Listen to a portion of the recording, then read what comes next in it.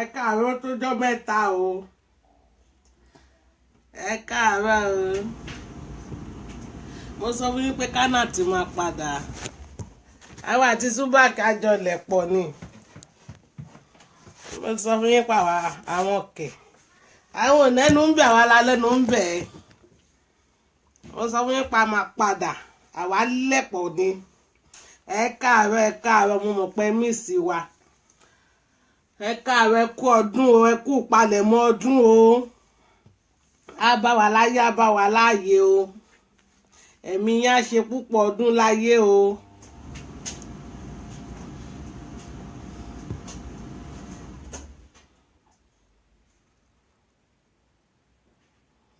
Sista Aláyọ̀ ẹ tún ti lé mi débi. Sista Aláyọ̀ Esther ẹ káàárọ̀ ẹ kújọ́ mẹ́ta o. Ó ga.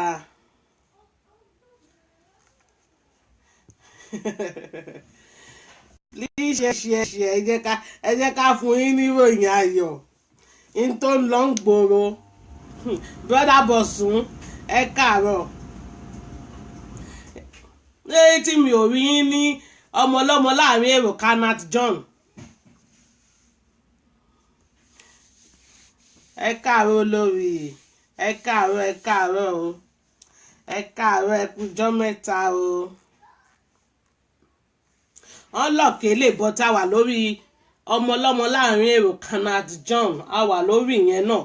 Anyone láti lè ṣe ṣáàtì wa. Good morning everybody, my home people. Nǹkan Ayéfẹ́lẹ́ dà. Ẹ káàárọ̀ mo miss yín bàjẹ́.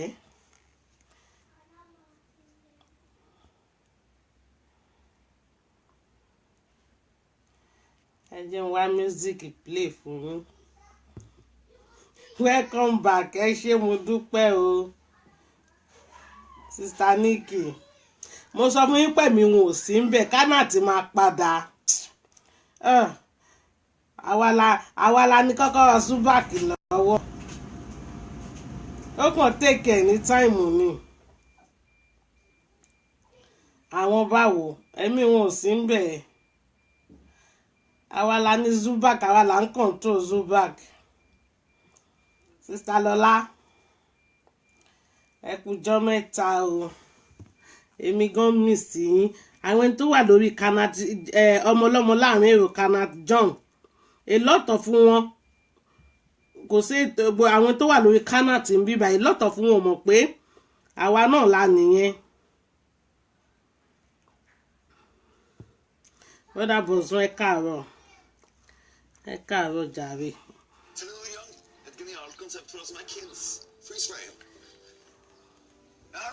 Mo jẹ́rìí ẹ̀yin tèmi bí tí n bá lọ náà lẹ́ ń lọ. Ẹ máa thank you.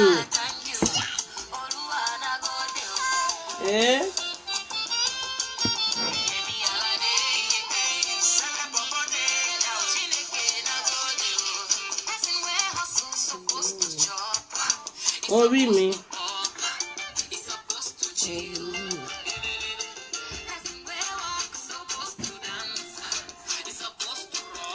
Àwa náà wà lọ́lùdé o.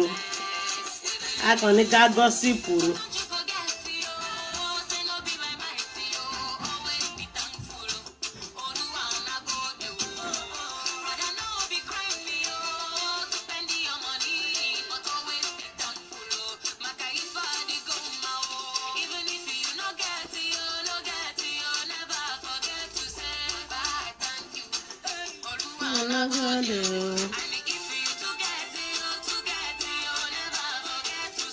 Mama, thank you.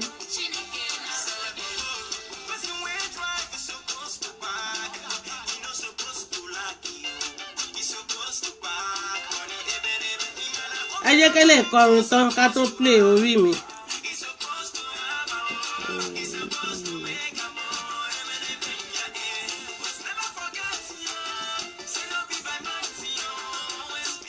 Gbogbo ẹ̀ náà la máa play.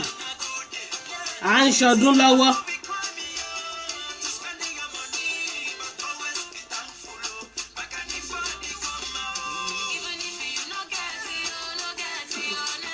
ẹ káàárọ̀.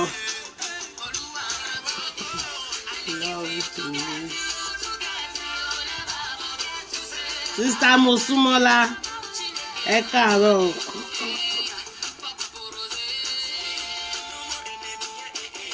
Sister Folake, Sister Thomas, Sister Motola, ẹ káàárọ̀.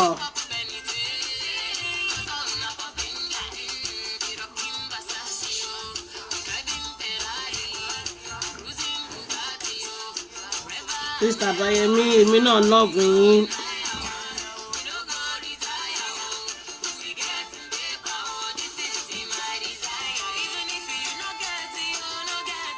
Never forget to say Papa, thank you. Ẹ máa thank you Ọlọ́run.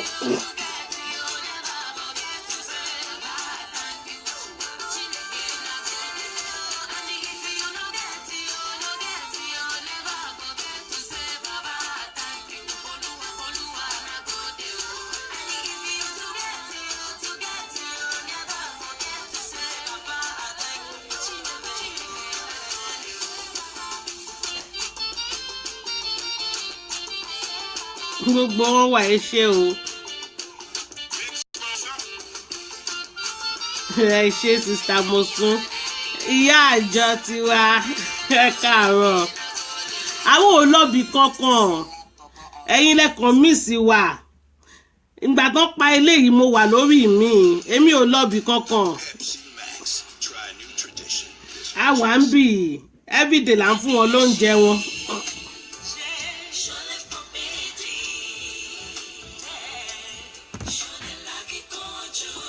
Thank you, Lord.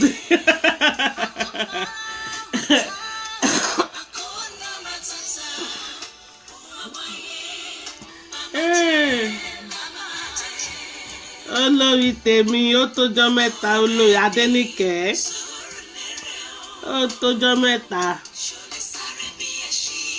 Yeah, happy Christmas and New Year. Ẹ ṣé o, èmi gan miss everybody. Mo miss yín bàjẹ́. Àwọn ò lè fẹ́ sábọ̀dù lẹ́yìn bò mò ń lọ.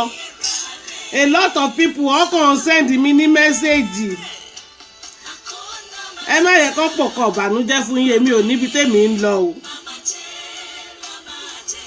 Mo wà lóyà tó di kọ́. Mo wà lóyà tó di kọ́ tó ẹ sábọ̀dù ni. Ẹ má jọ parọ́ fún yín.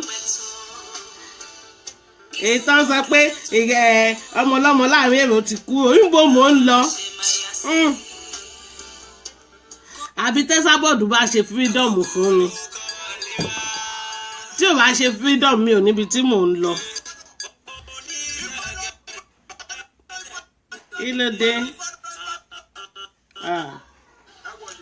Ó ga o. Happy Christmas and New Year advance. Ẹ̀mí yẹn á ṣe púpọ̀ ọdún. Sister Princess, you are welcome. Ṣá ti gbóhùn lẹ́nu tiẹ̀ ni. Ẹ káàárọ̀. Èmi náà miss everybody o, because ibi ìkejì yẹn kò sí a lot of people tó mọ̀ pé mo wà ń bẹ̀. Mo kàn rí pé àwọn èèyàn ń send mi ní mẹ́sẹ̀gì lóríṣiríṣi. Kanati, àwọn òrí Kanat John, adẹ̀wà lórí ọmọ ọlọ́mọ láàrin èrò Kanat John. Ibẹ̀ yẹn la ti ń ṣe chat, but a lot of people mọ̀ pé mo wà ń bẹ̀ yẹn. But mo ti lọ wọ́n Zubac kó má try nonsense pẹ̀lú mi mọ́. Tọ́n bá fẹjọ́ mi sùn, ó yẹ kó kọ́kọ́ pè mí náà, kó kọ́kọ́ bi mí.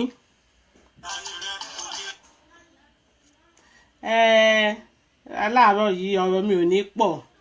Mo kàn ní kí n jẹ́ kẹ́ mọ̀ pé àwa tí yín ti padà wò níbi tá à ń lọ o. Àwa ò lè ṣídìí. Àwa lẹ̀pọ̀ pẹ̀lẹ́ sábọ̀dù ni. Ọmọ ẹ sábọ̀dù làwa. Níbi tá sábọ̀dù bá lọ làwa ń lọ. Ẹ̀yin náà rí. Àwa lẹ̀pọ̀ ní achingọ́ọ̀mù papọ̀ ni. Jẹ́ wá sáré ṣèké fún yín ṣẹ́ mọ̀. Àwa lọ́lùdé. àwa náà travel àwa ń jẹ́ mì mo ní sáré wá ṣèké fún yín ni èké yìí náà ní èké yìí ní ìyá mi ń jayé ń Dubai àwọn ọmọ ẹ̀yìn ẹ̀ náà ń jayé ń jẹ́ mì ẹ̀rí pọ́nlọ̀ ń ṣe tiwa dáadáa olórí happy new year happy Christmas ẹ̀mí yá ṣe púpọ̀ ọdún láyé tọmọtọmọ ẹ jẹun ọmọ láyé tẹ wá Esabod for life oníjàre princess tèmi nìkan lẹ́yìn Esabod ńkọ́ àwọn CEO tó kù ń tranga ni ẹ̀yin tèmi ẹ̀ wá rí ni CEO mà ti di méjì ẹ̀rù bá ń bà kan ẹ̀sìn rẹ̀ ará àdúgbò bàṣẹ jẹ́ mo sọ fún yín pé nǹkan tí mo bá ń sọ ẹ jọ̀ọ́ ẹ kàn try láti grab èyí tó wà important nínú ẹ̀ mo lè má sọ̀rọ̀ jẹ́jẹ́ o kí má sọ̀rọ̀ bí àrùn ìdìbò ṣe sọ but nǹkan tí mo bá sọ mo sọ fún yín pé it must always come to pass nítorí pé kí ni tó bá mọ irú agbára tọ́lọ́run fún ẹ tó bá mọ irú agbára tọ́lọ́run fún ẹ wàá mọ irú èèyàn tó jẹ́ kò sí nǹkan tí mo sọ láyé tí kò come to pass ṣé mi ò sọ fún yín pé Àbíkẹ́ máa ṣe ẹ̀sìn ṣé mi ò sọ fún yín pé Àbíkẹ́ máa ṣe ẹlẹ́yà ìjọba ẹ̀ máa wó Dọ́kàsì náà ló fẹ́ baláyọ̀ jẹ́ ó tiẹ̀ ti baláyọ̀ jẹ́ ni ẹ wá wò ó sí ó ti wá di méjì báyìí ẹ̀rù wá ń bà kan ó ní ilé tá a bá fi tọ́mọ irin ló máa wó nígbà tó yẹ pé ọ̀tẹ̀ náà fi gbèjọ wọn dìde àbòsí náà fi kóra wọn pọ̀ àbòsí pa wọ́n pọ̀ ọ́ dọ̀rẹ́ lórí Esabod must go down Esabod must go up ta ló wá ń go down èyí méjèèjì báyìí ó wá di go down no bend down no Àbíkẹ́ ó wà shameless ó wà idiot mi ò mọ nǹkan tí mo lè fi qualify ẹ jupọ̀ máa lè ní ẹ́ tó kàn wá máa pé ẹ méjì mo mọ̀ pé 2018 ó máa gbóná torí Dọ́kàsì á fi ẹ́ Dọ́kàsì á ní ẹ́ lára Dọ́kàsì á yọlé ayé lẹ́mí ẹ̀ Àbíkẹ́ ìwọ bá wo rẹ́sítọ́ráǹtì tí wọ́n gbé àwọn wèrè ẹgbẹ́ ẹ̀ bẹ́ẹ̀ ni ìyá àjọ ga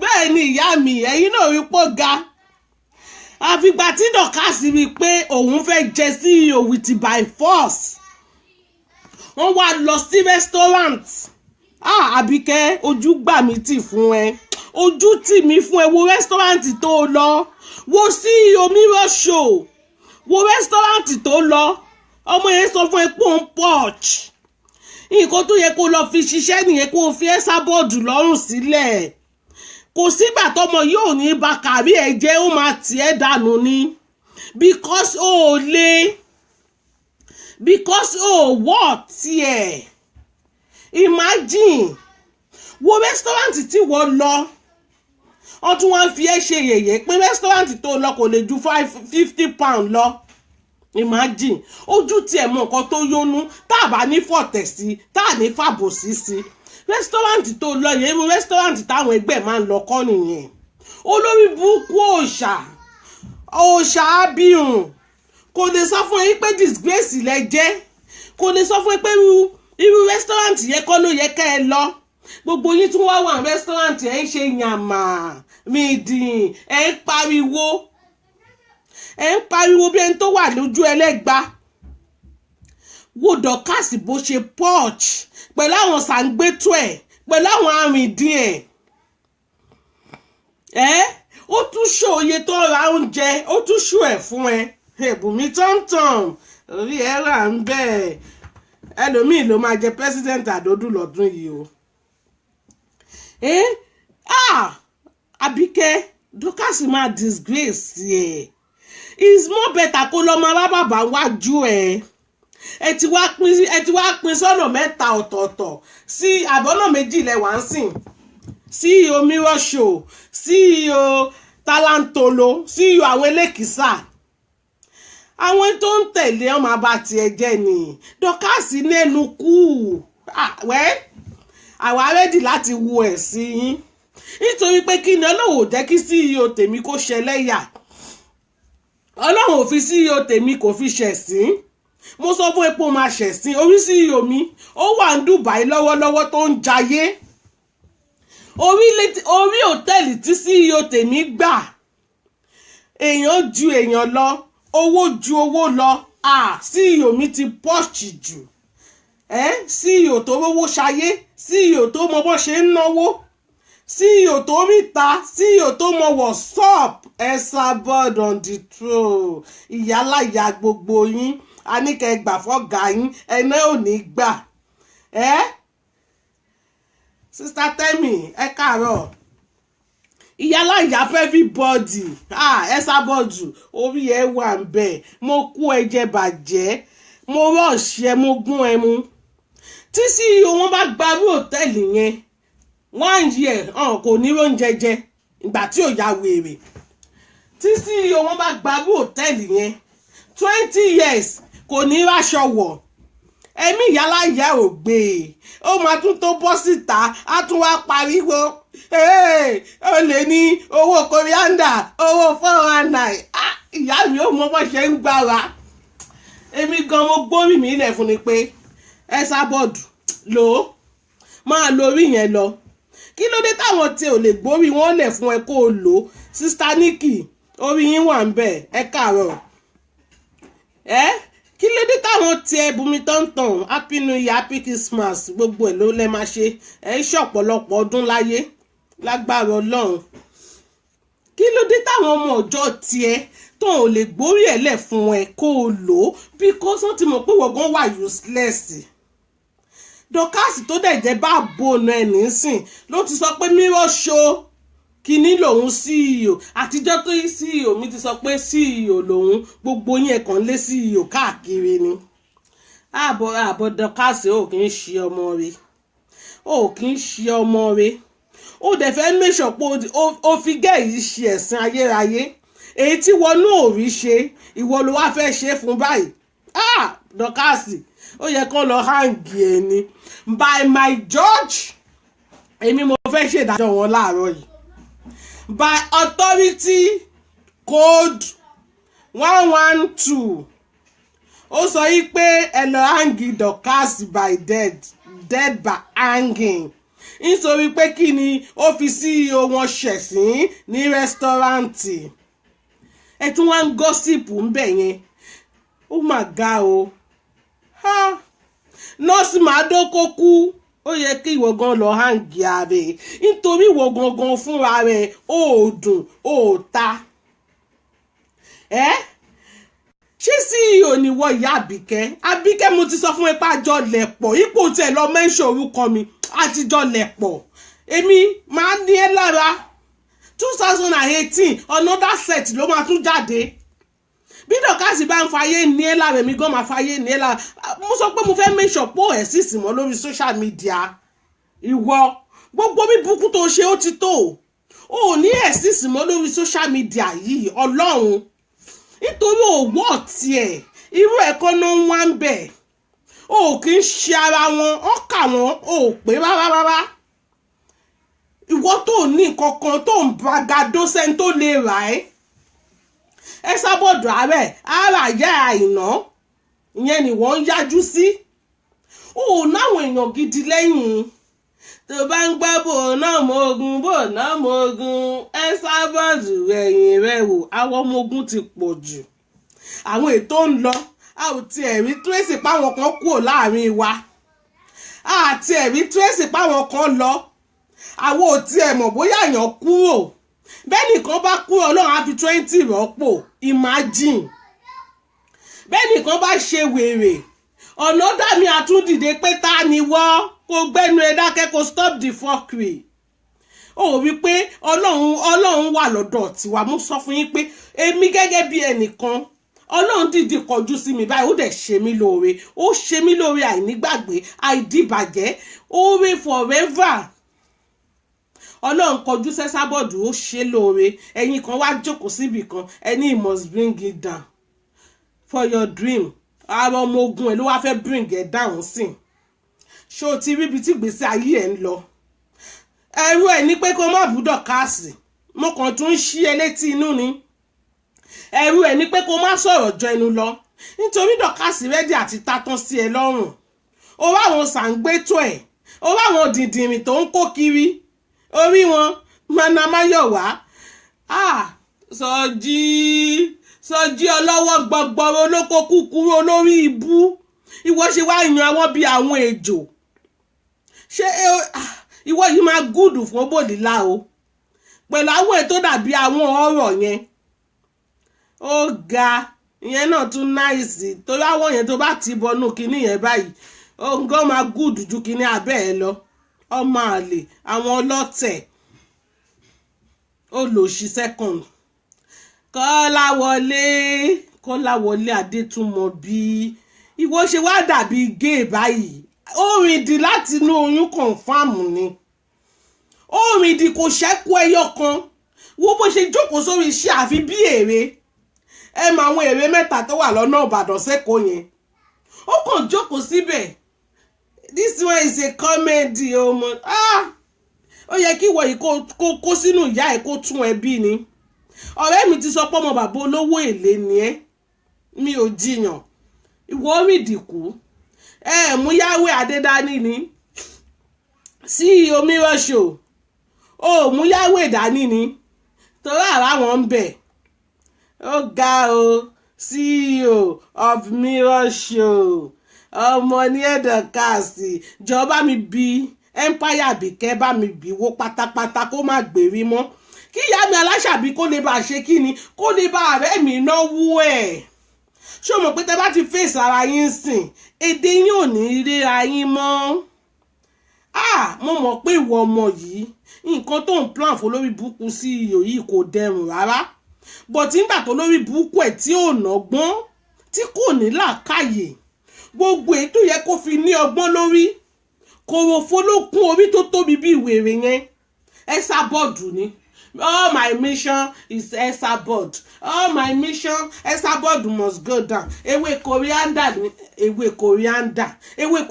dẹ̀ ń ṣiṣẹ́ wo ìlẹ̀kẹ̀ mi 24 hours ló wà lọ́wọ́ mi mo fi ń wẹ̀ mo fi ń sùn ìlẹ̀kẹ̀ mi 24 hours ni kò kúrò lọ́wọ́ mi rí iṣẹ́ tí màmá sọ pé ó ń ṣe mí ò lálàkàlà látijọ́ tó ti wà lọ́wọ́ mi lólórí burúkú ẹ̀ ò ń bọ̀jọ́ ló dàjọ́ wá níwọ̀n máa náyọ̀ níbo ló ti fẹ́ ni òun náà láyé ẹ̀ fi ń bàjẹ́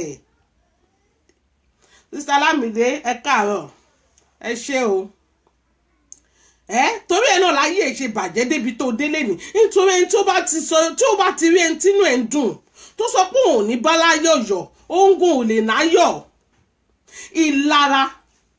ìlara dẹ̀ tún rè kò nóògùn ó bá ti fall down ti pẹ́ náà ó bá ti ṣẹ̀sín long time ago ọpẹ́lọpẹ́ Dọ̀kásì lára ẹ̀ àsìkò ìgbà tó náà wá gbaṣọ lára Dọ̀kásì òun náà ti wá ṣe ẹ̀sìn all over the world ìyẹn náà náṣọ yìí mọ́ òun ti wà níhòòhò ọmọlúàbí Ọlọ́run ti gbaṣọ yìí lára ẹ̀ kò lè níyì mọ́ bó ṣe wà yẹn òun náà máa ṣẹ̀sìn kárí ayé ni bẹ́ẹ̀ ni mo sọ fún ẹ Dọ̀kásì ọ̀hún kọ́ ló wá yájú sí yìí òṣàdé tiẹ̀ ó ba tiẹ̀ jẹ́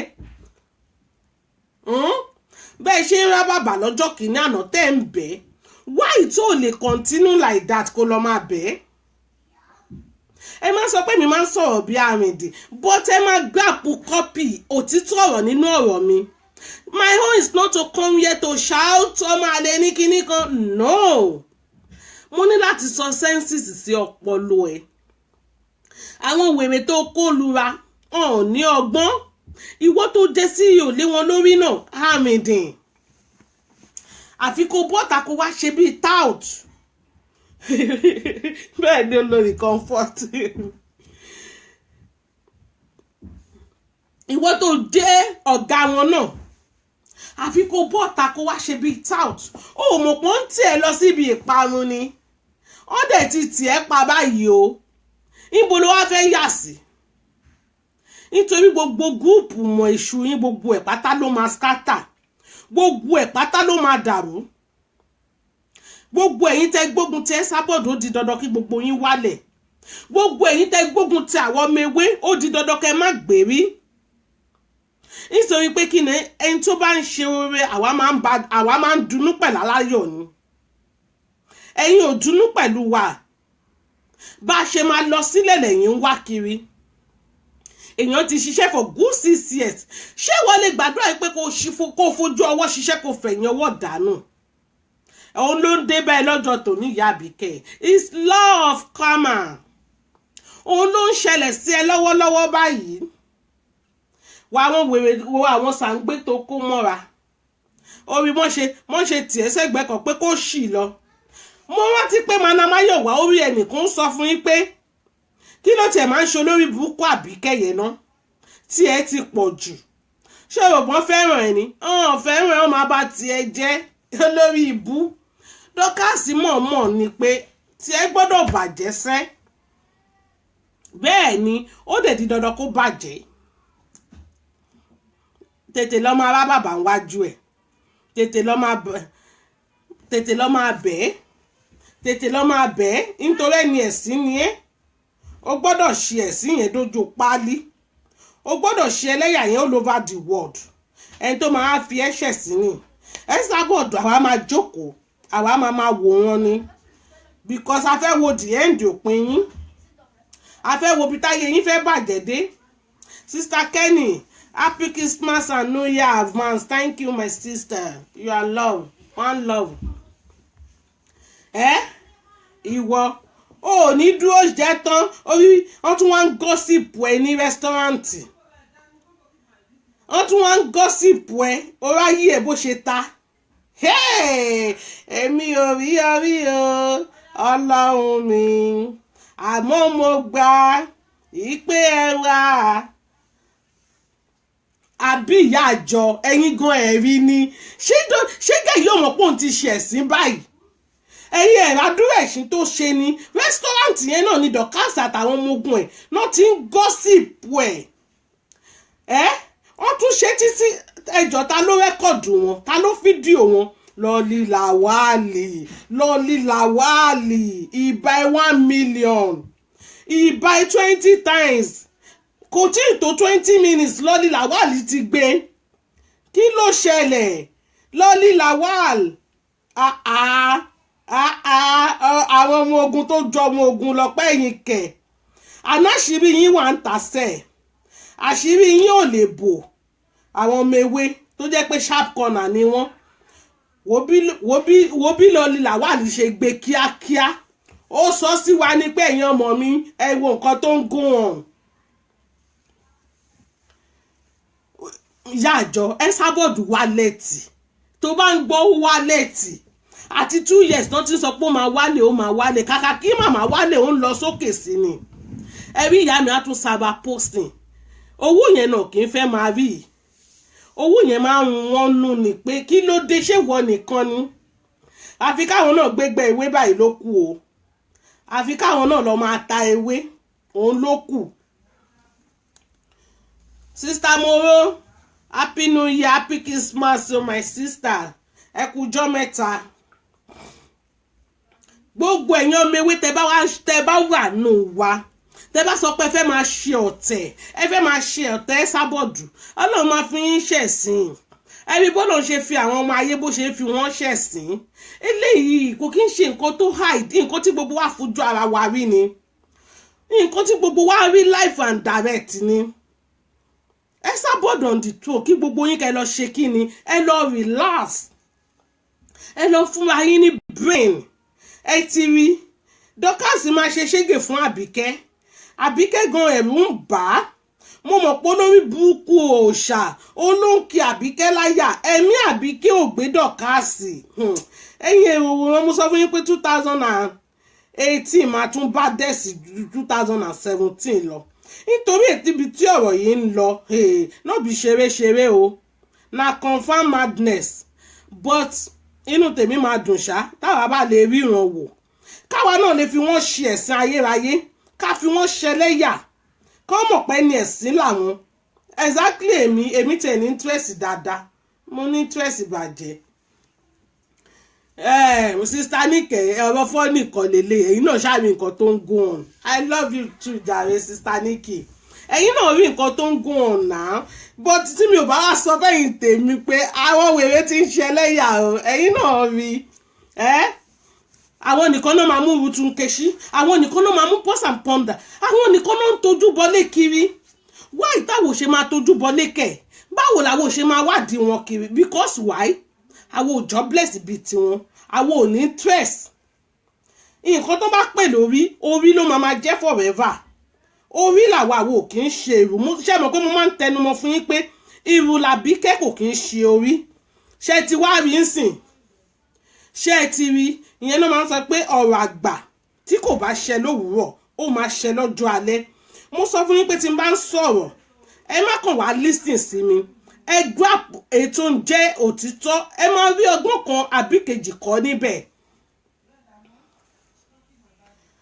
I love you too Sister Moro ẹ máa rí ọgbọ́n kan àti kejì kọ́ níbẹ̀ kó dé sí ọ̀rọ̀ tí mo sọ tí ò ní come to pass ọlọ́run èmi gan ẹ̀rọ ara mi máa ń bà mí ṣé kò tí wọ́n ń come to pass nísìn mò ń sọ fún yín pé orí ni ìwù làbíkẹ́ ẹ sábọ̀dù lórí ó ń lara pórí lòun orí òfòwò ni ẹ mo sọ fún ẹ for your generation to come bóyá ọlọ́run lè wá ṣe ẹ́ lànà because by now ó nálùbáríkà kankan lára mi ò ní parọ́ fún ẹ àwa tá a lójú inú rèé ó ní àlùbáríkà kankan lára ẹgbọ́n tó kóyàn lọ sí rẹ́sítọ́ráǹtì tó ní kán máa mówó oúnjẹ wọn dání ó dẹ̀ pé rẹ ní CEO you are disgrace to the public. Sábà bonjour àwọn kì í ṣe French ń bí o ètò ìṣe bonjour yìí sábà o èmi ò gbédè payá o French lẹ́yìn tún gbé wọlé bonjour o but ẹ máa ṣe ṣàgbọ́n tèmi ń wí ṣá jókè àbí kí lẹ pé ayín ṣe gbọ́n nǹkan tèmi ń wí ẹ̀yin náà zàbá Àbíkẹ́ má fìtìjú kárùn má ṣe kí ni má fìtìjú kárùn gbà fún ọ̀gá ẹ gbà fún kí ni gbà fún ọ̀gá ẹ gbà fún Ẹsábọ́ọ̀dù gbà pé lẹ́yìn Ẹsábọ́ọ̀dù kò sí ẹni náà kò sọ́mọ kò sí anybody bá ọmọ yẹn bá dẹ́sì Sister Nike sí omi rọ́ṣò bá dẹ́sì pikin ọmọ yẹn ò kí ń ṣe ọmọ gidi ẹ rí i pé mo ti dájú ẹ̀ ń bí èmi ni lọ́ọ̀yà àwọn mo ti dájú ẹ̀ lẹ́sẹ̀kẹsẹ̀ you need to dey by hanging nítorí tí ọ̀gá ò bá tí ì fún ẹ ní freedom o ò gbọ́dọ̀ ṣe kí ni o ò gbọ́dọ̀ gbàyè lọ́wọ́ ara ẹ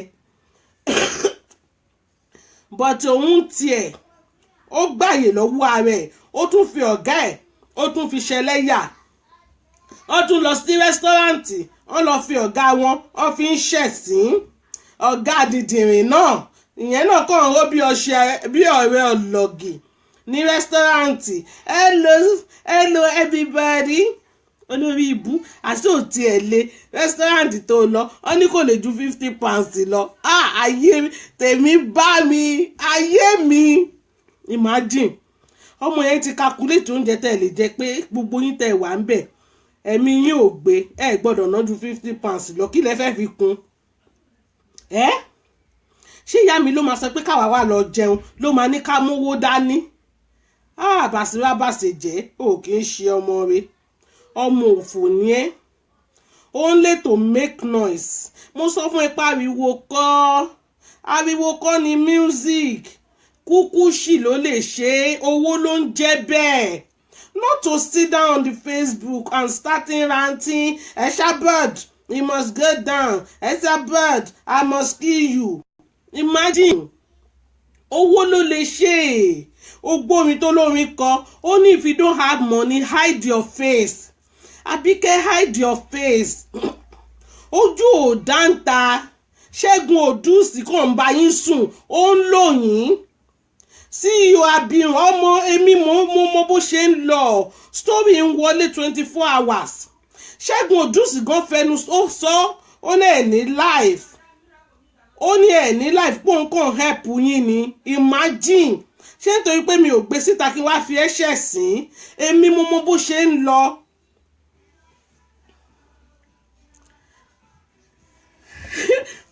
sister Nikki bad child lọmọ yẹn bad child gidi ni ó finish CEO wọn ni sister Nikki Ọlọ́run ní jẹ́ kẹ́ bá wọn bírú ọmọ yẹn Ọlọ́run ní jẹ́ kẹ́ kẹ́yìn bá wọn bírú ọmọ yẹn torí yẹn ò kì í ṣe ọmọ àlè lọmọ yẹn.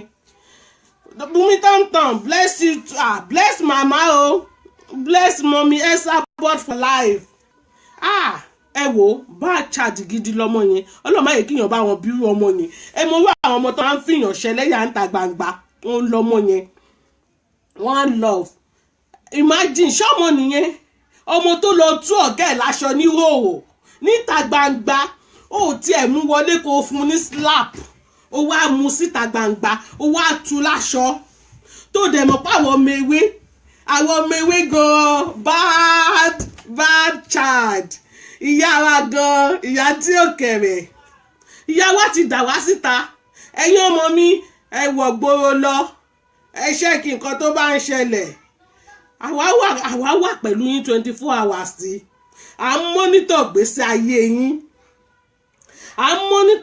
ayé yín all over ni ẹ̀yin ẹ lè bọ́ ẹ ò lè bọ́ lọ́wọ́ wa bẹ́ẹ̀ bá bọ́ àmì ò tẹ̀ tí ì rí àfi tàbẹ̀ kẹ́ nǹkan ẹyọ kan tó lè jẹ́ kó o bọ́ lélẹ̀ àfi tó bá fi ẹnu ẹ gbolẹ̀ kó wá bẹ́ Esabod ìyẹn òun la lè dárí díẹ̀ because pé wàá máa ṣapá bí itan wàá máa ṣẹ̀yìn bí ọ̀rá tí bí aláyẹ ẹ̀dá ìwọ ẹ̀mí ò gbé mo sọ fún ẹ pé exactly mi máa ń ní ẹ lára tó bá sọ pé o stubborn àwọn tó tún stubborn wà orí jókòó tádé ọmọ yẹn gan bá dẹ́sì níbo ló fẹ́ gbé gbà á wà lọ́rùn yín ni àwọn ò ní gbà jókòó tádé ni kánàtì ò ní gbà jókòó tádé ò ní gbà ẹ ti sọ pé ajá Esabod ni wá èmi dẹ̀ ti accept pé èmi ní second soil àbí wèrè ni báwo lẹ ṣe fẹ́ kí n pariwo sí èmi lé ẹ̀gbọ́n Zoe ìyá mi ti ní mi kó tó ní Zoe but Zoe kàn ráìdì mi wọlé ni ajá Esabod ni wá but ajá tiwo kì í ṣàwọn ọ̀dàlẹ̀ àwọn lọ́tẹ̀ bí àwọn eyín nàṣọ bí ọmọ alágbo bí oníṣu lẹ́sẹ̀ àbí sísítà mi Amina yà láòjàre ṣé ti rí Esabod mọ àwọn tiẹ̀ náà dẹ̀ mọ́ oògùn tẹ́ ń ṣe kò ràn èmi exactly èmi ọmọ ọlọ́mọ láàrin èrò kò ràn mí mi ò lè fẹ́ Esabod lẹ̀ mo sọ fún yín pé mo lẹ̀ mọ́ ni àjọ lẹ̀ pọ̀ ni kí yóò máa tẹ̀lé èèyàn for good 4 years kó dẹ̀ má fonítàn lọ́rùn sílẹ̀ alágbẹ̀dẹ mi tó ń lurin lójú kan ó ní nǹkan tó fẹ́ gbà ń díẹ̀ ni because why mo fẹ́ gba glory irú glory Esabod ní mo fi tọrọ irú ìyà all over the world èmi náà fi tọrọ bọ́tí ò ní sọ pé nítorí pé o fẹ́ gúnkè kó sọ pé ẹni tó ti wà lókè kò jábọ́ ẹni tó wà lókè gan máa gbàdúrà pé wogo ò ní dókè ni ó ń lọ ra bíkẹ́ torí ẹ̀ ni ò ṣe kúrò lójú kan torí ẹ̀ ni ò ṣe lọ́rọ̀ tó máa sọ kò mọ kíyàn jókòó fún good 4 hours kò dẹ̀ máa ṣépè nìkan àwọn followers kan dẹ̀ wà lẹ́yìn ẹ̀ inú tiwọn náà ń dùn Esabod oríṣiríṣi àrà ọmọlé alára ó máa pa wá lẹ́rìn á ṣe style á ṣe dọ́gì ẹni tó tún ní ìdìrànlọ́wọ́ màmá help ẹ̀ ọmọ who he help CEO Talantolo who he help CEO Mirror Show tiẹ̀ ṣì help kan lára àwọn ọmọ ẹ̀ ìyẹn Kọ́lá wọ́n gba mọ́tò ó lọ́ọ́ bá gbà padà ìyẹn tún kọ́ CEO Talantolo come and tell me who you help nobody kò sẹ́ni tó jẹ nǹkan kan látara ẹ̀ kò sẹ́ni tó lè bóòsì pé nǹkan tí mo rí látọ̀dọ̀ ẹ̀ ní kò sẹ́ni tó lè bóòsì pé ọgbọ́n kan tí mo kọ́ látọ̀dọ̀ ẹ̀ ní ó wà disgrace ó wà useless àwọn tó ń tẹ̀lé ẹ olórí burúkú kan náà jọ nìyí ọ̀nà olórí burúkú ló máa ń ṣọ̀rẹ́ wèrè olórí burúkú kan náà jọ nìyí nítorí pé kí ni tí ò bá kí ń ṣe bẹ́ẹ̀ irú ẹni Ògúndì mútáyé ẹ̀ ti bàjẹ́ tó ń wá ẹni tó máa fi kúnra wo irú òòṣà tó máa fi bò òòṣà láàsì ìyẹn ló wá ń dalẹ̀ ayé ti ríboríbo àwáwí tó náà ní sẹ́kẹ́tírì àwọn abirùn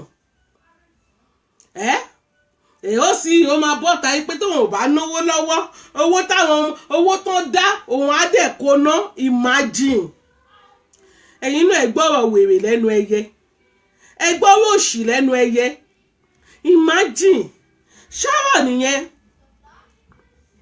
sí omi mo jùrù fún CEO tèmi CEO tèmi máa ń mú owó nínú owó ni tèmi ọmọ ẹ̀gbọ́n tí mò ń mówó nínú owó tíyà ò jẹ́ àwárí wòyà àjọ wà ọmọ wòyà àjọ wà bó ṣe sẹ́sì wòyà àjọ wà ẹni ọkùnrin kò lọ́nà tó gbárí mú olórí comfort mú like station yẹn adúdú máa dán ni kò ga jù kò kúrú jù wòyà àjọ ìyá àjọ ń ṣiṣẹ́ 24 hours owó ń wọlé wo bàbá àjọ ti wà bàbá àjọ is Àjàlá travel all over the world Àjàlá travel all over the world Wolúrẹ̀tọ̀ mo ń fún ẹ ní example ni o Wolúrẹ̀tọ̀ Daddy G.O níṣẹ́ lọ́wọ́ owó ń wọlé wo bàbá olómi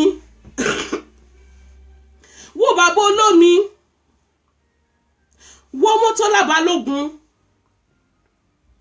wo àwa tá à ń sọ̀rọ̀ gan orí wa ká wúkọ́ rí ni orí wa ká pẹ̀jẹ̀ rí ni orí wa ká sẹ́pẹ́ ẹgbà mi rí God forbid ó dòdì ó dilé ọ̀tá wa wo ìwọ jẹ́ kí ṣó ti rí àwọn tèmi kà látọ̀dọ̀ ti wa gbogbo èèyàn ló mọ̀ wọ́n gbogbo wọn lórí pọ́n balance gbogbo wọn lórí pọ́n dùn rí jẹ́ kí wá bọ́ sọ́dọ̀ èèyàn ọmọ ayé mọ́ bọ̀ lọ́dọ̀ Mirror Show náà o gbogbo yín lẹ ní èmi ó tó dọ́ mẹ́ta àwọn tèmi míìsì mi lọ́dọ̀ àwọn ọmọ ayé Ṣẹ́gun Òdùsì ó lè ní 419 àgbàyà tó ń ná ike ó dẹ̀ tún ń bàbí kẹ́ ó ń bá yín sùn ìwà àti màádọ́kọ́kú wo màádọ́kọ́kú ó lè ní ìyẹn jíjí ó jí pàǹdà ẹ̀dì mú ó di méjì wo òòṣà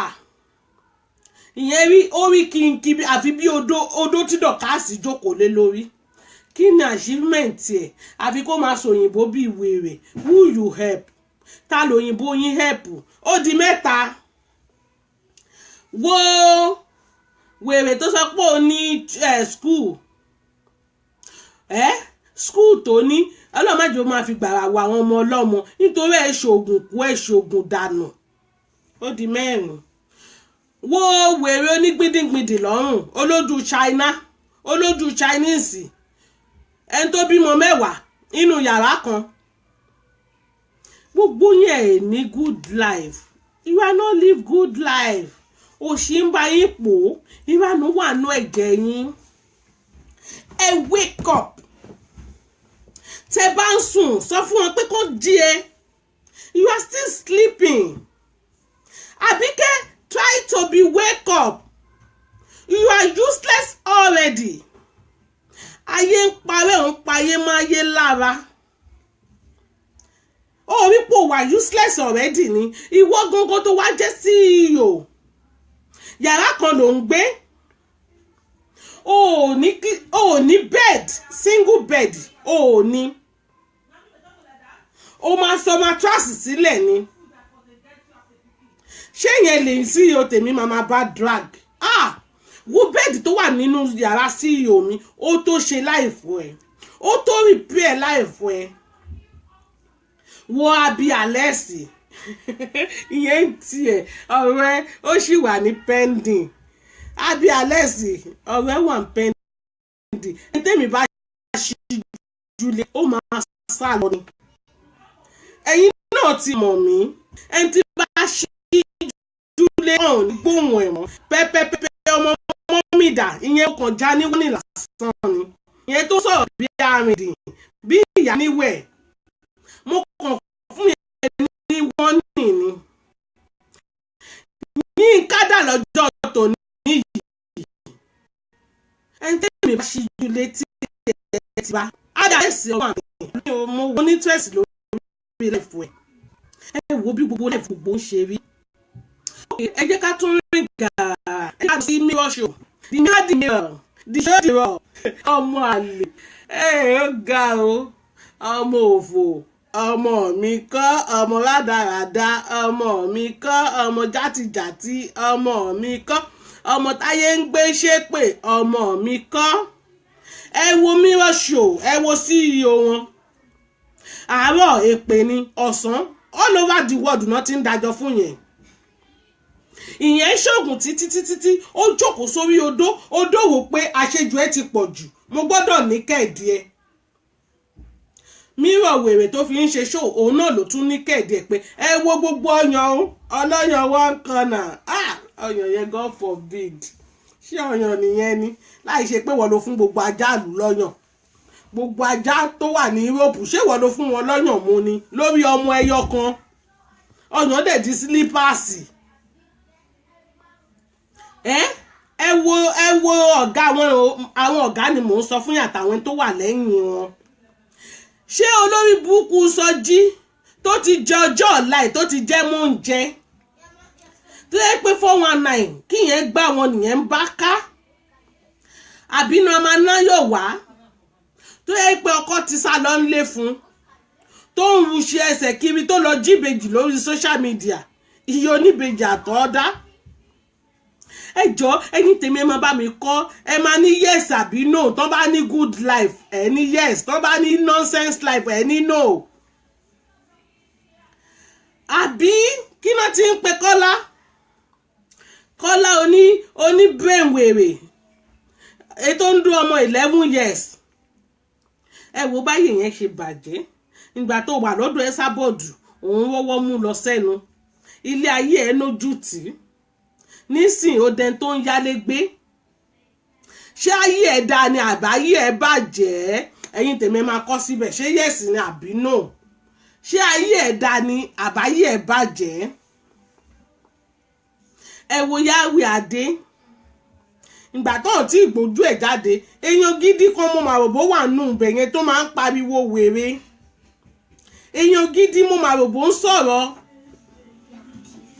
ìjọ tó gbé ojú ẹ̀ jáde ẹ̀rọ Ọlọ́run má bà mí ẹ̀rọ Ọlọ́run bà mí ìpè ẹ̀gbà mí ṣẹ́yìn tó wá ń dún kòkò mọ́ wa lélẹ́yìí but a ò ní choice ẹni tó bá ti sọ pé Esabod ni we need to follow I need láti gbárùkù tì í I need láti support ẹ̀ nítorí pé kí ni kọ́ọ̀sì kan náà ni gbogbo wa ń ṣe kí ni òun là ń jà fún àtìgbà yẹn ayé yẹn náà má bàjẹ́ títí dọjọ́ èní yìí ẹ wá ní Esabod is not on the throne olórí bú ni Sọjí ń tiẹ̀ ẹ̀rí tó ń yọ àwọn bí àwọn òṣèbé ẹ̀rí tó ń yọ àwọn bí àwọn ejò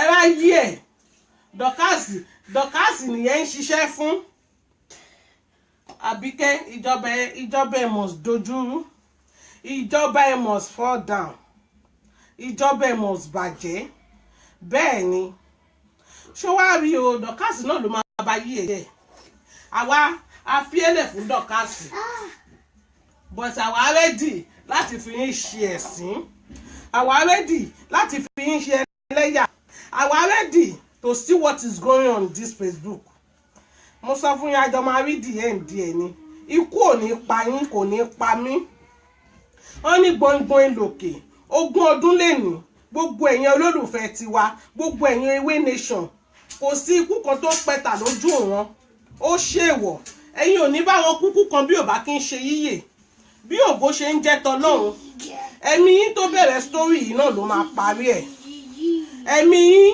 ká lọ́lí làwálì tèmi my own lọ́lí làwálì my baddest sister Good morning. Lọ́lí Lawal mo ti praise yín pé orí yín wà ń bẹ̀. Àwọn ilé 20 seconds wọ́n máa gbé story wọn jáde ni. Ikú ò ní pa yín, àrùn ò ní ṣe yín o. Gbogbo ẹ̀yin olólùfẹ́ Sábọ̀dù. Ẹ̀rẹ́ mi fi wo 16 film tó wà lórí social media yìí. Ẹ̀rí ẹ̀mí gidi. Ẹ̀mí tó wà òkè. Ẹ̀rí fi wò ó. Bí àwọn Lọ́lí Lawal ikú kan ò ní pa wọ́n lágbára Ọlọ́run. 2018 ìgbéga lọ̀rọ̀ yín máa jẹ́.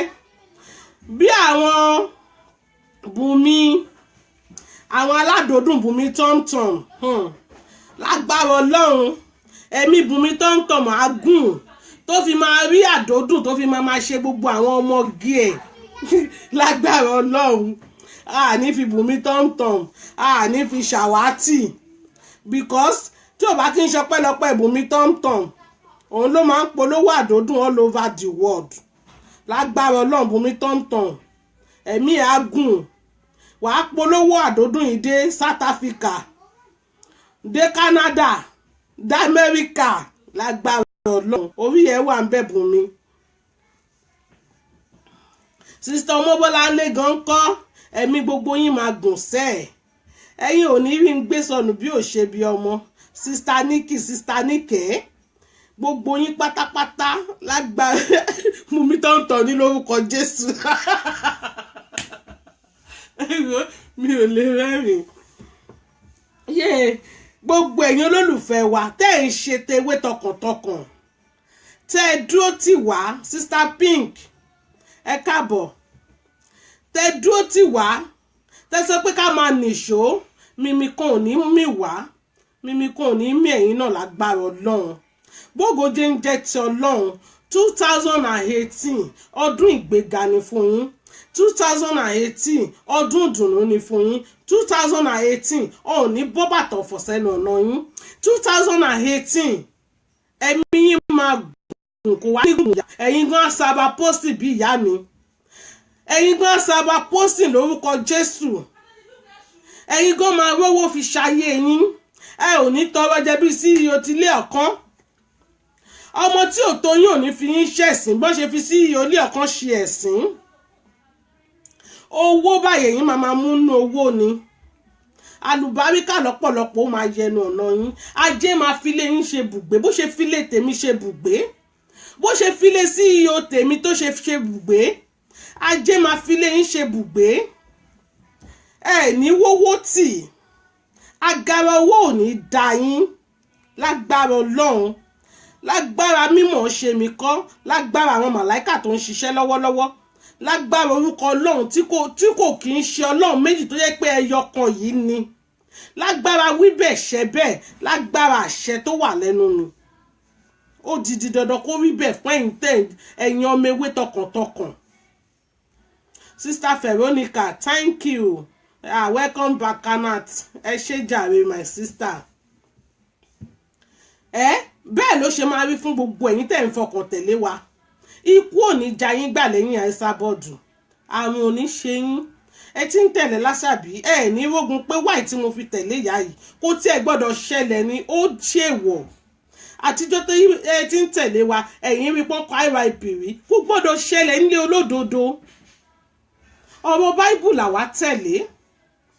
Ọ̀rọ̀ Ọlọ́run la fi síwájú ayé wa. Òun náà la fi kẹ́yìn ilé ayé wa.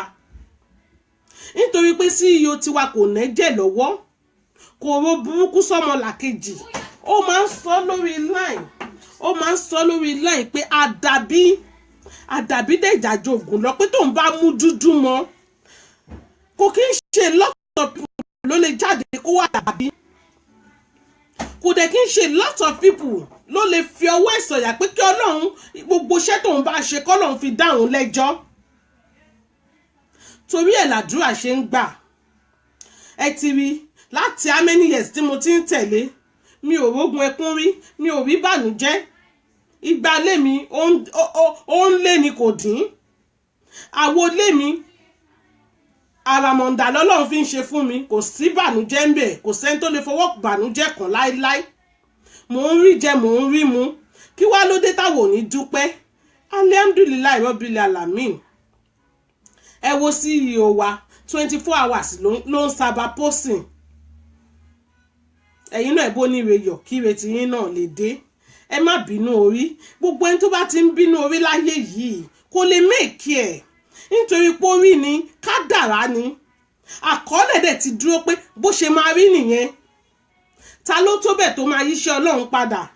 Ta làwọn?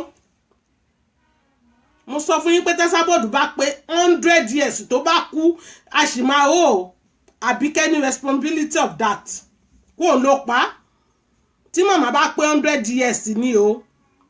Mama no go die unless tó bá darúgbó mama. Esabod no go die unless tó bá darúgbó mama mama. Gbogbo ẹni wá kí wa ní ẹ máa kú àgbọ̀ dìde ẹ ṣé. Gbogbo ẹni wá kí wa nílé ẹ máa kú àgbọ̀ dìde ẹ ṣé. Ikú kẹ̀. O kì í ṣe ilé àwọn ọmọ ewé ó di ilé àwọn tá a mọ̀ tá a gbọ́dọ̀ dárúkọ. Òun náà ni eyín nàṣọ fi fẹ́ pa yín. Ẹ tún deny pé eyín nàṣọ ò pa yín. Olórí happy Christmas to you my mom my sister. Àwọn ògbọ́dọ̀ àwakẹ̀ àwọn ọmọ ewé sábà posting yìí pọ̀. Sábà posting yìí pọ̀. Ṣèbí màmá tó fẹ́ ṣe birthday ẹ̀rọ àwọn ọmọ ewé all over the world. Everyone all over the world. Ẹni ọ̀tọ̀ ló ń bá ń ṣe tiẹ̀. Ẹni tó lọ ń ṣe tiẹ̀. Kò sẹ́ni tó lè pa á lẹ́kún. Ẹni tó lọ ń ṣe tiẹ̀. Kò sẹ́ni tó lè dí lọ́wọ́. Ẹni tó lọ bá ń ṣe tiẹ̀. Kò sẹ́ni bọ́dì tó lè dá dúró. Ẹni tó lọ bá ń ṣe tiẹ̀. Ta ni wọ́n tó máa sọ pé kò gbọ́dọ̀ gbórí. Ẹni tó lọ bá ń ṣe tiẹ̀. Ta ni wọ́n tó máa sọ pé bẹ́ẹ̀ kọ́. Àsìkò ní kálukú láyé kò gbọ́dọ̀ kọjá ẹ̀. Àsìkò àwọn ọmọ ewé ni. Àsìkò àwa yúùtù rẹ̀ ò kẹ́yẹ́ bínú wa. Ṣọ́ṣọ́ ni yọ̀ǹgà gro ẹ̀yin kọ́ ni yọ̀ǹgì àwa yìí ni. Pastor Afọlábí Michael lágbára Ọlọ́run. Iṣẹ́ ìránṣẹ́ yìí ṣe dé ìyè. Jèrè ọkàn. Rí dùnnú ń bẹ ráyọ̀ ń bẹ. Ẹ̀yin náà dàbí àwọn Pastor Adébóyè. Lágbára Ọlọ́run orúkọ tí yín náà ó máa tàn kárí ayé. Àfẹ́káyé ayé ń fẹ́ràn. Àrùn káyé lòun ń ràn. Ọmọ aráyé máa nífẹ̀ẹ́ yín ni. Lágbára Ọlọ́run lágbára múmẹ́ǹtì tá a wà yìí. Ó ti di dandan kó rí bẹ́ẹ̀ nítorí pé kí ni àṣẹ ti gùn. God bless you too, sir. Happy Christmas and New Year advance. Ẹni tí mi bá ń tẹ̀lé, tí n bá fi lè wo kókó mú ẹ, Kanat. Mo sọ fún yín pé onílù tèmi tó ń lùlù, onílù mi tó ń jó lábí omi. Ẹni tó ń lùlù fún wa lókè, Ọlọ́run ni. Ọlọ́run ni. Àdàbí tó bá pẹ́ látijọ́ tí mo ti gbọ́n ojú tí di bí mo ṣe wà yìí mo ṣe ka sọ́mọ làkejì mi rí lọ́lọ́run làdúrà mi ò ní jẹ́ tẹ́wọ́gbà. Ẹni tó bá ṣẹ̀ mí gan tí bá ti halẹ̀ máa jẹ́ kó bá tiẹ̀ lọ nítorí mi ò kì í ṣèdájọ́ lọ́wọ́ ara mi. Ẹ̀yin ẹ̀dẹ̀ ń dààmú yóò níyà ẹ wá lẹ́yìn gan máa ní fọkànbalẹ̀ ẹ ò lè ní. Àbíkẹ́ bó o bá pé ìjì ẹ sábọ̀dù wọn máa dààmú ẹ̀ tó máa fi kú ni. Dọ́kàsì bó o pé ìjì ẹ sábọ̀dù o ò ní nísinmi látàárọ̀ dalẹ̀ ìwọ tí ẹ gbọ́dọ̀ tó bẹ́ẹ̀ ni. Ẹ lè tó bẹ́ẹ̀ dẹ̀ tó gbọ́njọ́ alẹ́ yín máa ráre ni. Ọjọ́ alẹ́ tí yín máa ṣe kí ni ó máa ráre. Nítorí ìgbà tó lórí burúkú yín ò tí ì dórí social media yìí ìyá yẹn ó ní fọkànbalẹ̀ inú wa máa dùn ni. Mi ò gbọ́dọ̀ mí ìṣe gbogbo mi ti bá lọ báyìí máa make sure pé mo délé kó tó ju wákàtí yẹn. Ẹ̀rín yìí ni ó dẹ̀ kórí burúkú ó dẹ̀ dórí social media ó dẹ̀ bá gbogbo ẹ̀jẹ̀ lẹ́ẹ̀kan náà fọ́pọ̀ mọ́yọ̀ ó dẹ̀ jóye fọ́pọ̀ mọ́yọ̀ inú ẹ̀ dẹ̀ ń dùn pé CEO ní ìyá mi tún wá jẹ ó tún fún láwọ́ọ̀dù àwọ́dù social media inú tún bí ẹ.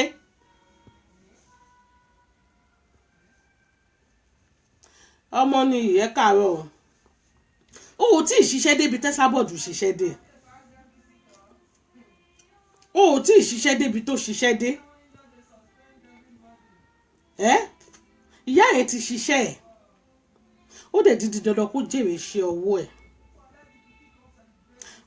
ó yẹ kẹ́ forí balẹ̀ fún ni ó yẹ kẹ́ lọ kọ́ṣẹ́ lọ́wọ́ ẹ̀ ni orí pọ́s and ponder orí pọ́s and ponder ó gbà fún ọ̀gá ẹ̀ ó gbà fún ọ̀gá ẹ̀ ó dẹ̀ gbà fún Ọlọ́run látara ẹ̀ sábọ́ọ̀dù orí pò náà mèkì ẹ̀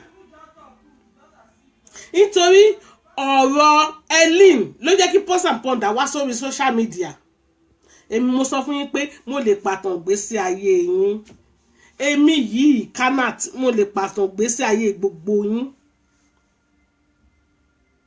àtìgbà tí Mayede ti gbà fún Esabod tó ti gbà fún Esabod àtìgbà náà lọ́rọ̀ ẹ̀ ti rójú ló ti ráyè orí pọ́ all over the world náà ti mò ń náà but ìwọ èpè náà ń gbé ẹṣẹ́ all over the world nítorí bó ṣe dórí Facebook gan shameless ni orí kejì ẹ̀yà ń di àgbà ó ti ba Snapchat ó ti ba yí ẹ̀jẹ̀ ó wá wò pé òkè ń bo ni kóun tún yà sí ó wá sórí Facebook kò mọ̀ pàwọ́ orí Facebook gan orí wá gbálẹ̀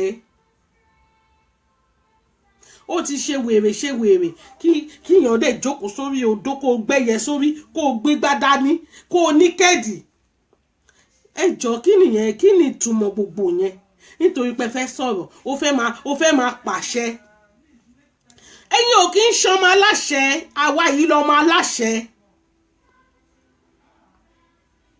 kí màmá má tí ì ṣí ni èrò rèé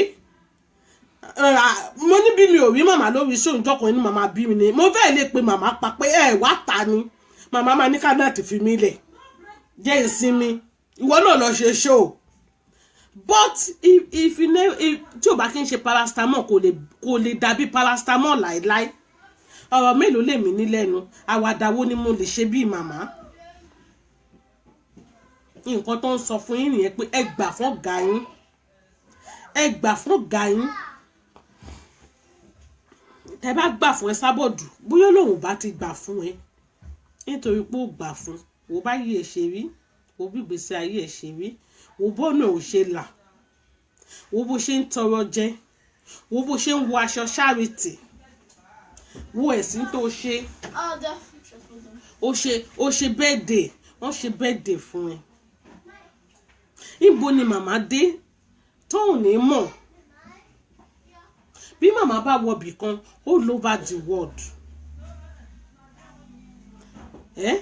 ẹ ṣoògùn títí kò wọ́n ẹ tó sọ pé fẹ́ pa Esabod ò lè kúkú kan bí ò bá kí ń ṣe yíyè o táwọn ọmọ ẹ̀yìn ẹ̀gbọ́n ò lè kúkú kan bí ò kí ń ṣe yíyè gbogbo wa nínú ẹgbẹ́ ewé tá a bá pé 100 150 àwo ò kí ń kú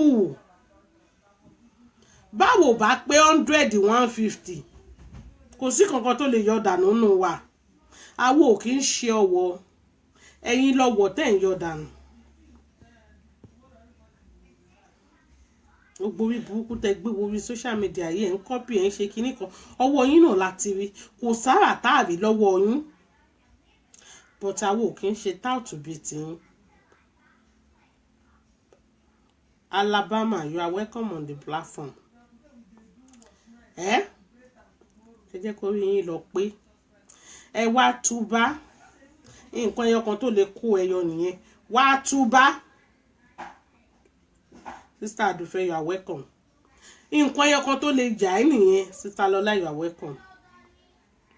Wá túbá ẹ gbà fún ọ̀gá yín ẹ gbà fún Ọlọ́run látara Esabod ẹ gbà fún nǹkan tó ń ṣe ẹ mọ̀ pé nǹkan tó dáa ni because nítorí pé ẹ fẹ́ gbà fún ọ̀gá yín ẹ sọ pé nǹkan tó ń ṣe kò kí ń ṣe nǹkan tó dáa nítorí pé ẹ fẹ́ gbà fún Ọlọ́run látara ẹ̀ tó bá wọṣọ nǹkan tó wọ̀ hàn bí yín re kẹ́ ẹ wọ̀ fi ọlá yẹn tọrọ kọ́nà náà lè ṣe Ọlọ́run sọ pé tó bá pọ́ níwe yọ̀ tí ẹ náà máa dé. bó bá rẹ̀ ń tó ń ṣe nǹkan rẹ̀ jẹ́ kí inú ẹ dùn sí i. àbọ̀rọ̀ là ń sọ fọmọlúàbí Àbíkẹ́ tó bá dé inú ẹ̀ á do didi. èmi gan rí pópin ẹ ti dé nítorí ìyá àgbà ti take over o. ìyá ń dé àgbà ìyá àdí odó ti take over o. nǹkan ẹyọkan tó wà lè kù fún ẹni pé kó lọ máa bẹ̀bẹ̀ o nítorí tó bá fi lè ta òkú ọ̀rọ̀ tó bu ó dáa ọ̀hún tún gbúrò ẹ̀ mọ́ láyé ọ̀hún tún ṣe kíni ọ̀hún tún gbúrò ẹ̀ mọ́. a jẹ́ pé ibi tó pin ayé ẹ̀ dé nìyẹn a jẹ́ pé ibi tó pin ayé ẹ̀ fẹ́ parí sí nìyẹn a jẹ́ pé the end of the story ló wà yìí a jẹ́ pé o ti jẹ́ tán a jẹ́ pé gbogbo fùrùkọ́kọ́ ẹ kò jù dọ̀bálẹ̀ lọ ó di the end ó ti láì lo ìwọ ọmọ yóò tẹ̀ náà ní òun náà kúrà gbogbo àwọn tó ń tẹ̀lé kò sẹ́ni tó lè sọ̀rọ̀ sí wàá máa ṣe bíi pé yàláyà ẹ̀ ló kó wọn jọ wàá máa ṣe bíi pé ìwọ yìí nìkan ni Mirror Show is take over now.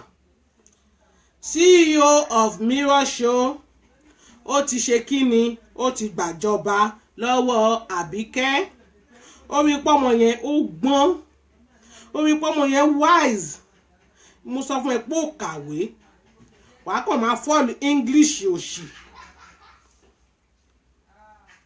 Àbí Richard ok mi ò tí ì rorúkọ yẹn rí wàá kàn máa fọ́ọ̀mù accent orí burúkú wo bọ́mọ yẹn bó ṣe rọra gba kọ̀rọ̀kọ̀rọ̀ tó fẹ́ yí ẹ mọ́lẹ̀ ó ní Ìbàdàn ló mọ̀ ó mọ̀ láìpo orí pé dọ̀kásì ti lo láìpo fún ẹ ó mẹ́sọ̀ pọ̀ nǹkan kó àwọn gúùpù tòun jọ because ọmọ yẹn ló ń ṣiṣẹ́ ìwọ ló ń gba glory ẹ̀ ọmọ yẹn ṣiṣẹ́ tàbá ní parọ́ gbogbo èèyàn ló bẹ́ẹ̀ bú ọmọ àlè ni kò mọ ẹnìkan là kí ń bú kò mọ ẹnìkan là kí ń sọ̀rọ̀ sí náà ó dẹ̀ wá sọ fún ẹ pé ìwọ ló kàn Àbí pure devil tẹ bá ń wá iṣu ẹ má dára yín láàmú ẹni tó fún ní èṣù of London yẹn ẹni yẹn ó rí orúkọ yẹn fún o orúkọ yẹn ó make sense bàjẹ́ èṣù gidi lọ́mọ yẹn wo bó ṣe penetrate ó dẹ̀ fẹ́ da ìjọba ẹ̀ wó ẹ̀bẹ̀ ni tó bá ní sense bí mo ṣe ń sọ fún ẹ mo ń ṣí ẹ létí inú ni mo ń ṣí ẹ létí inú kọ́nà jẹ́ kó rí ẹ pé tó wọ́n máa lè ní ẹ̀wọ̀n mọ́ kankan olódo ní ẹ́ àfi kó máa fọ́ọ̀lù accent wèrè English tí ò lè help ẹ Princess lọ́mọ ẹ káàárọ̀ àfi kó máa fọ́ọ̀lù accent ẹ máa wọ ọmọ aláta tó fẹ́ di bìtìkó ẹ jọ ṣó possible ọmọ onípàràgà tó fẹ́ di bìtìkó ọ̀sán gan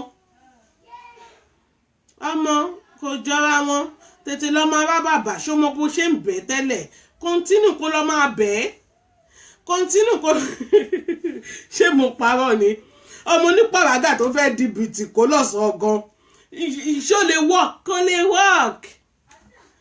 kò lè work bìtìkó kan ò lè fàyè lẹ̀ fọmọ pàràgà kó di bìtìkó má wọn lọ́wọ́ because at the end ó sì máa padà lọ sí di pàràgà ẹ̀ ọmọ elépo ni ó máa tún bu ẹ̀fọ́ tètè lọ máa bẹ̀bẹ̀ bó ṣe ń bẹ̀bẹ̀ lọ́jọ́ kìíní àná tètè lọ máa bẹ̀bẹ̀ nítorí tó bá sọ pé ó fẹ́ ṣàyà bí ẹ̀yìn lọ́tẹ̀ yìí ó fẹ́ ṣẹ̀yìn bí ọ̀rá 2018 máa lè mú ẹ nítorí bàbá bá ṣe ń kobò ẹ Mirror Show àwọn náà máa kó fún ẹ orí páyì ẹ ti bàjẹ́ èmi kàn ṣe ẹ létí inú nítorí àwọn ọmọ ewé àti ìṣetán láti fi ẹ lẹ̀ àfi tó bá lọ lábàtẹ̀sẹ̀ ọ̀gá wa mo ti sọ fún ẹ pé o máa kíìsì canvas wàá kíìsì canvas ẹ̀sà board wàá kíìsì àṣì ẹ̀ ọlọ́run káwa tó lè gbà ká tó lè fi ẹ lẹ̀ wàá gbà fún yàrá ìyá ẹ wàá gbà fún ọ̀gá ẹ lẹ́sà board ọ̀gá àyà aláya fún everybody orí dọ̀kásì fẹ́ gbé ìyá mi mọ́ra ìyá mi nàbó lóṣì ní ẹni ṣé mi jọ idiot tí ò nọgbọ́n lórí ni ṣé mi jó lòṣì ni èmi jó lòṣì olórí ràgàjì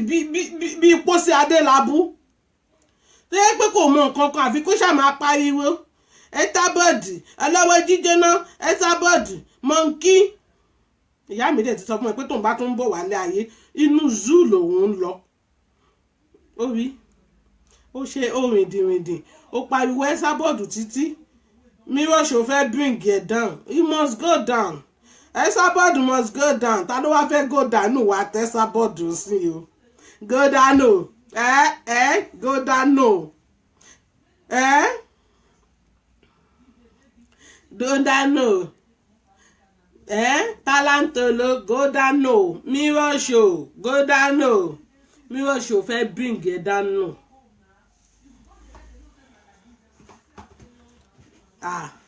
Dọ́kàsì ọmọ yẹn ò gbádùn. Kí ìyá ẹ̀ fi dájọ́ wàhálà tí wọ́n jọ nìyẹn wọn bá àpárá wọn dànù who cares ṣe bóun ló bí ọmọ ẹ̀ èbóun ló na ọmọ ẹ̀ nítorí bí yóò bá fi dájọ́ ni ṣé yẹ máa lajú ẹ lẹ́kọ́ wọn máa ṣorí burúkú báyìí torí mi ò tí ì róbì tó ya wèrè tó yìí tó mọ ẹ tó ń gbèpè lọ́sàn-án àárọ̀ tí ìyá dẹ̀ máa ní kó máa ṣiṣẹ́ ẹ̀ lọ mi ò mọ ṣé olórí burúkú tó gbé fún tó ní kó máa ṣe lọ òun ló mọ nǹkan tó fa yí ọmọ ẹ̀ ṣe ṣèbọ́ ọmọ ẹ̀ ní báwo ni ẹ ṣe wá kèmí ó ń pẹ́kọ́ tó kú dànù ìgbà tí òkú gan ṣó wúlò ni. ìgbà tí òkú ṣówúlò ní kí ni kú wọn fẹ́ ṣe fún àwa náà ẹ kú dànù kí gbogbo yín kẹ́ ẹ ṣègbè kẹ́ káwa lè bá ráyè ṣayé wa. nítorí ọ̀tá tó bá náà wò ní ráyè ṣayé wa àwọn náà máa kú àwọn oníkúkú kan bí ò kì í ṣe yíyẹ. Esabod for life ìyá mi ẹ̀yin tèmi ẹ yé kèmí fi yín sílẹ̀ mo kàn ní kí n sáré wá ṣàmì ìbọnìkẹ Kanaty ó ti padà o mo ti lọ bá Zubak pé Zubak ṣú ara ẹ o kọ́lọ̀ kó ṣú ẹ o àwọn tèmi mísì mí o ẹ dẹ̀ má gbàgbé àwa náà la ní ọmọ ọlọ́mọ láàrin èrò Kanaty John ẹ lè join ní one bẹ̀ anyone tó bá wù yín a lè ṣe ṣáàtì ń bíbà a dẹ̀ lè ṣe ń bẹ̀ yẹn náà èmi ni mo ní méjèèjì ẹ̀yin tiwa ẹ jọ̀ọ́ ẹ lọ bá wa wo ẹni tẹ́ bá miss ẹ padà lọ́kẹ́ lọ wò ẹ dẹ̀ subscribe sórí YouTube wa Damola Saka òní YouTube wa ẹ bá wa subscribe síbẹ̀ nǹkan tá a lè fi géènì lọ́wọ́ yín nìyẹn ara náà dẹ̀ ready láti máa fún yín ní ìròyìn aláyọ̀ nǹkan tó bá ń ṣẹlẹ̀ àwọn ò ní jẹ́ kó tí yín di sí ẹ máa gẹ̀ẹ́tì ẹ̀ ní information bá dẹ̀ sí bí àwọn Lọ́lí Lawal àwọn yẹn ń ṣiṣẹ́ kárakára táwọn yẹn bá ti jù sáwa àwa gan máa gbé jáde ní pé kéré o èké yìí náà ni o kéré o ẹ ti gbọ́ abẹ́ ẹ̀ tí gbọ́ àtúmọ̀ ní kí n fún wa jà fún yín ni o kẹ́dẹ̀ mọ̀ pé ọmọ tí yín ó ti padà ẹ wò mo wà lọ́lùdè ẹ jẹ́ kémi náà ṣe bí ìyá mi aláṣàbí ẹ jẹ́ kí n jayé orí mi èmi kan wà lọ́lùdè lọ́wọ́lọ́wọ́ báyìí mo wish yín ní happy Christmas and New Year advance wẹ́n bóyá máa ṣì jáde kó tó di New Year mo wish yín ọdún ayọ̀ lè máa ṣe ọdún ayọ̀ tẹ́ bá ṣe ọdún ayọ̀ yìí tán ní 2018 nǹkan ìyanu ló máa wọlé tì yín ọ̀rọ̀ yín báyìí Ọlọ́run máa fi jọ̀ta yín lójú ìyanu lọ̀rọ̀ ti yín lágbára Jésù oore òjijì tá a ro kàn sí Ọlọ́run ó máa kọjú sí wa báyìí á ṣe wá lóore oore ní south oore ní west ó máa fi wá wa rí lórúkọ Jésù ìbànújẹ́ ò ní yà lẹ́nu ọ̀nà yín ẹ ò ní rí dààmú wọn ò ní bọ́ bàtà ọ̀fọ̀ sẹ́nu ọ̀nà yín ìwọ̀n bẹ́ẹ̀ tó kù tọdún yìí máa parí ẹ ò ní rógun gbàmígbàmí tọdún yìí bá tún wá parí tẹ́ bá wọ 2018 ojú yín tó bẹ̀rẹ̀ náà ló máa parí ẹ̀ lágbára Ọlọ́run lágbára Inshallah lágbára Kaaba Madina lágbára bí Quran bó ṣe tóbi tó lágbára bí Bible bó ṣe nápọ̀nlé sí ìyára tí yín náà ní fi yín sílẹ̀ eyín nàṣọ mi ò gbàgbé ẹ ó wà ní pending mi ò tí ì dé story ẹ ń lòdù lọ́wọ́ mo fẹ́ gbà kúkún dáadáa ni ó ti gbọ́ ẹ ṣé mo dúpẹ́ o. Thank you. Gbogbo ẹ̀yin tẹ́ miss Kanat is back. Thank you. I really appreciate you. One love ọmọ Ewé nation. Ewé nation ní bàjẹ́ o. One love all over. Sister Sandra. Níbo lẹ wọlé sí? Ẹ má padà lọ wò mo ti parí ètò ṣẹ gbọ́. Mo really miss gbogbo yín bẹ́ ṣe miss mi. Mo really miss yín gan ni. Ẹ ṣé mo dúpẹ́. Ẹ ṣé gan ni. A máa tún padà wá. One love Ewé nation. Bye.